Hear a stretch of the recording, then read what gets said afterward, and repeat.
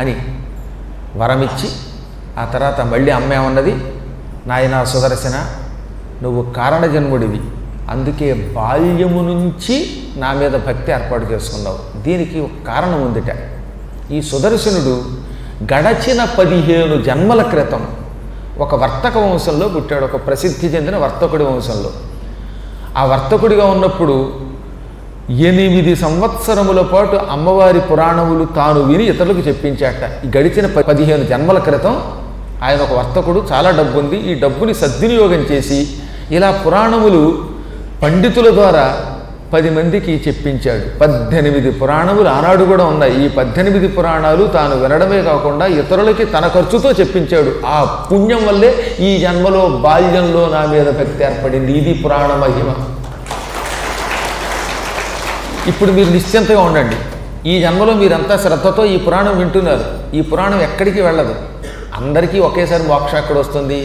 ఈ జన్మతోటే పునర్జన్మ లేకుండా చేసుకునేంత శక్తి ఎందుకు ఉంటుంది? కానీ అదేం అంత తేలికేం కాదు. ఎందుకంటే ఓ రోజు 6:30కి వస్తే, ఓ రోజు 7ంటికి వచ్చి మధ్యలో కబుర్లు చెప్పుకుంటాం, ఓ రోజు మానేస్తాం, ఓ రోజు ఇంటి దగ్గర కూర్చొని సీరియల్స్ చూసుకుంటున్నాం. అందరూ 24 గంటలు భక్తితో ఎక్కడుంటారు? ఆ వచ్చే వాళ్ళల్లో కూడా ఒక 5 నిమిషాలు అయ్యాక మళ్ళీ హాయ్ 5 నిమిషాలు మీతో విన్నానులేండి చాలండి వెళ్ళిపోయేవాళ్ళు ఉంటారు. కాబట్టి యావజ్జీవితం శ్రద్ధతో పురాణములు వినడం అంత తేలికేం కాదు. నిష్టలో తేడా ఉంటుంది. భాగవత్ సప్తాహాలు విన్నవాళ్ళంతా కైవల్యం ఎందుకు పొందలేదంటే వాళ్ళల్లో రకరకాల ఆలోచనలు ఉంటాయి. శ్రద్ధలో లోపం ఉంటుంది, క్రియలో లోపం ఉంటుంది, శ్రవణంలో లోపం ఉంటుంది. లోపం వల్లే వెంటనే మోక్షం పొందలేరు. కాబట్టి అంత తేలికేం కాదు మోక్షం. కానీ 15 జన్మల క్రితం పురాణములు చెప్పించాడు. ఆ చెప్పించిన పుణ్యం 15 జన్మల తర్వాత అయోధ్యానగర రాజుగారి కొడుకును పుట్టేలా చేసింది. పుట్టడమే కాదు, 8వ ఏట అమ్మవారి మంత్రం పొందేలా చేసింది. పొందడమే కాదు, అమ్మ దర్శనం అయ్యేలా చేసింది. అమ్మ ఏకంగా కూడా ఉండి సాయం పొందే శక్తి పురాణములు ఇచ్చాయి. అది పురాణ శక్తి అంటే. ఇక చాలామందికి అనేక రకాల సంశయాలు ఉన్నాయి. మేమేమో ఎప్పుడు ఎలా ప్రవర్తిస్తున్నామో తెలియదు. మా మనస్సులో ఒక క్షణం ఎక్కడుంటే ఒక క్షణం ఉండవు. అలాంటప్పుడు మాకు ఫలితం ఉంటుందా లేదా అని బెంగ ఉన్నది మీలో కొందరికి. ఈ బెంగ పెట్టుకోకండి. అక్షరం విన్నా చాలు.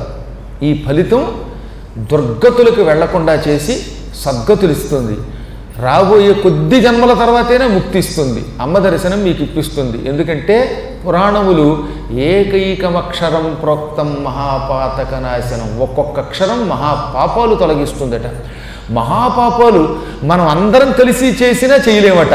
మనందరం ఏళ్ల తరబడి కూడా కష్టపడి చెయ్యలేని పాపములను కూడా తొలగిస్తుంది. అంటే అమ్మ మహిమ వల్ల ఎటువంటి పాపాలు తొలుగుతాయి అంటే అన్ని పాపాలు చెయ్యలేం కూడా.